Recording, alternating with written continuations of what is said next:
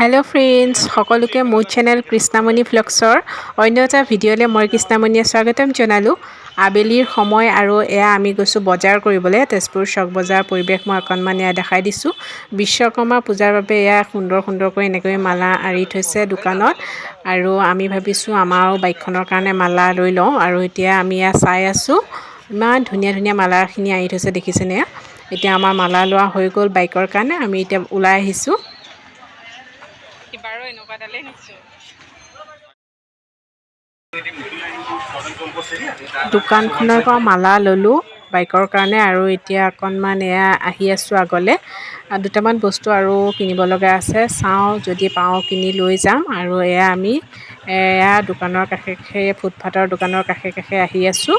এয়া চক বজাৰ দি মই আপোনালোকক দেখাই দিছোঁ। এতিয়া আমি বস্তুখিনি ল'লোঁ লৰালৰিকৈ আৰু লৈ পেলাই আহিছোঁ বাইক থোৱাবলৈ। জানো আৰু ভিৰটো বহুতেই হ'ব, সেইকাৰণে লৰালৰি কৰিলোঁ। আৰু এতিয়া আহি আমাৰ এয়া বাইক লগাই দিলোঁ। আৰু দেখিছে নাই ভিৰ, কিমান যে গাড়ী আছে সেইদিনাখন। এতিয়া আমাৰ এয়া বাইকখন ধুৱাই আছে সুন্দৰকৈ। কাইলৈ বিশ্বকৰ্মা পূজা আৰু আজি ধুনীয়াকৈ ধুৱাই আছে। আমাৰ বাইকখন ধুৱাবলৈ আমি 7:30মান বজাতে দিছোঁ আৰু 9 বাজি পাৰ হ'ল তেতিয়াহে ধুৱাই হৈছে। আৰু এয়া হ'ল নেক্সট ডে আমি এয়া মন্দিৰলৈ বুলি ওলাই আহিছোঁ।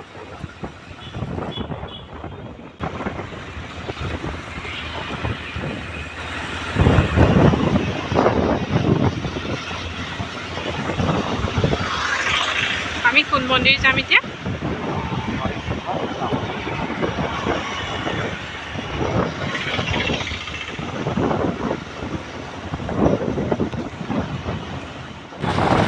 মন্দিৰলৈ বুলি ওলাই আহিলোঁ। ৰুমত চাকি ধূপ জ্বলালৈ ধুনীয়াকৈ।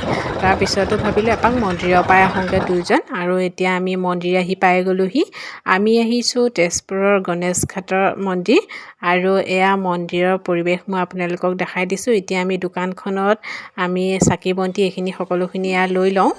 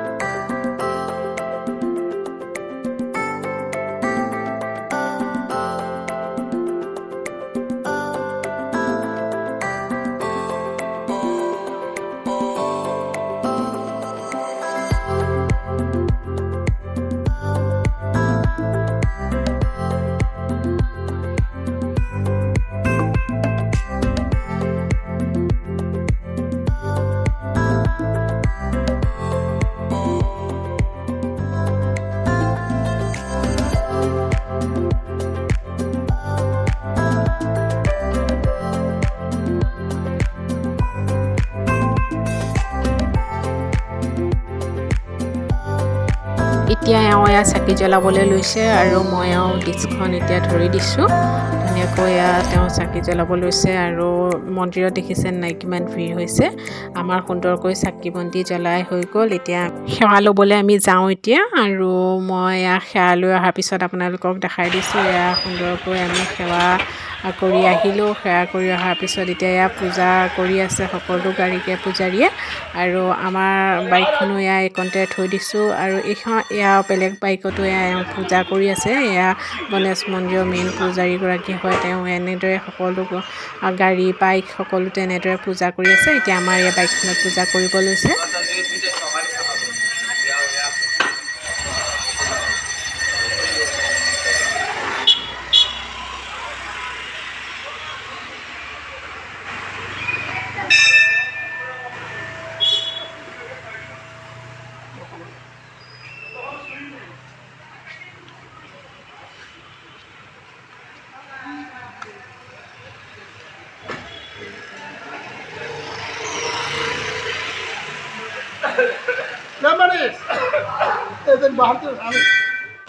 মন্দিৰৰ পৰা আহি পেলাই আমি হোটেলত সোমাইছোঁ। ইয়াতে আমি মিঠাই ল'বৰ কাৰণে সোমাইছোঁ।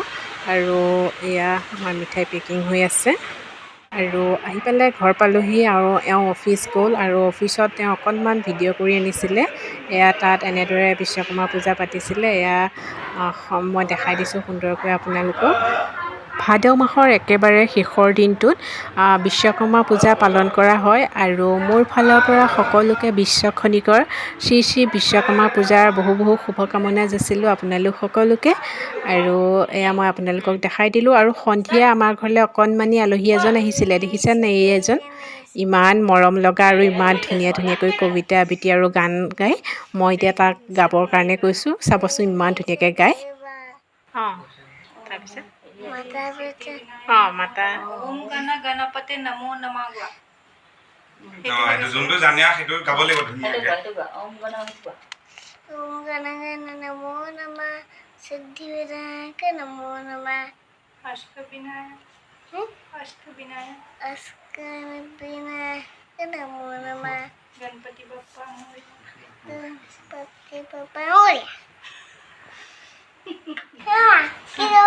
শ্ৰীমন্ত শংকৰ হৰি ভকত জানা যে নাকত পদৰু তাহান্ত বিনাই নাই নাই নাই আমাৰ পৰম গুৰু হেল্ল' এইফালে